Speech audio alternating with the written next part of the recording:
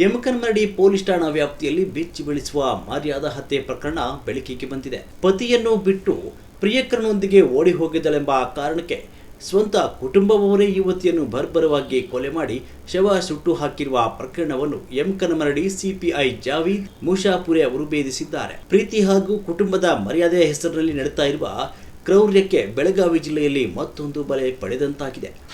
ರಾಯಭಾಗ ತಾಲೂಕಿನ ಹಣಬರಹಟ್ಟಿ ಗ್ರಾಮದ ಸತ್ಯವ್ವ ಸಂತೋಷ್ ಹೆಳ್ವಿ 24 ವರ್ಷ ಎಂಬಾಕೆಯನ್ನು ಆಕೆಯ ಕುಟುಂಬದವರೇ ವಿಷವಿಕ್ಕಿ ಕೊಲೆ ಮಾಡಿ ಸಾಕ್ಷ್ಯ ನಾಶಪಡಿಸಲು ಶವವನ್ನು ಸುಟ್ಟು ಹಾಕಿದ್ದಾರೆ. ಕೃಷ್ಣ ಸಹದೇವ ಪಾಟೀಲ್ ಕ್ಷತ್ರಿಯ ಜಾತಿಗೆ ಸೇರಿದವನು ಮತ್ತು ಮೃತ ಸತ್ಯವ್ವ ಸಂತೋಷ್ ಹಳವರ್ ಇಬ್ಬರು ಹುಕ್ಕೇರಿ ತಾಲೂಕಿನ ನದಿಗುಡಿ ಕ್ಷೇತ್ರದವರು.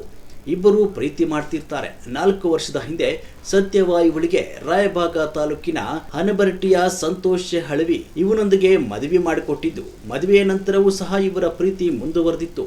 ಈ ಹಿನ್ನೆಲೆ ಸತ್ಯವ್ವ ಕಳೆದ ಫೆಬ್ರವರಿ 17ರಂದು ಆತನೊಂದಿಗೆ ಬೇರೆ ಮನೆ ಮಾಡಿ ಬೆಳವಡಿಗೆಯಲ್ಲಿ ವಾಸವಿದ್ಲು. ಆದರೆ ತವರು ಮನೆಯವರು ಈ ಬಗ್ಗೆ ಯಮಕನಮರಡಿ ಮತ್ತು ರಾಯಭಾಗ ಠಾಣೆಗಳಲ್ಲಿ ನಾಪತ್ತೆ ದೂರು ದಾಖಲಿಸಿದ್ರು.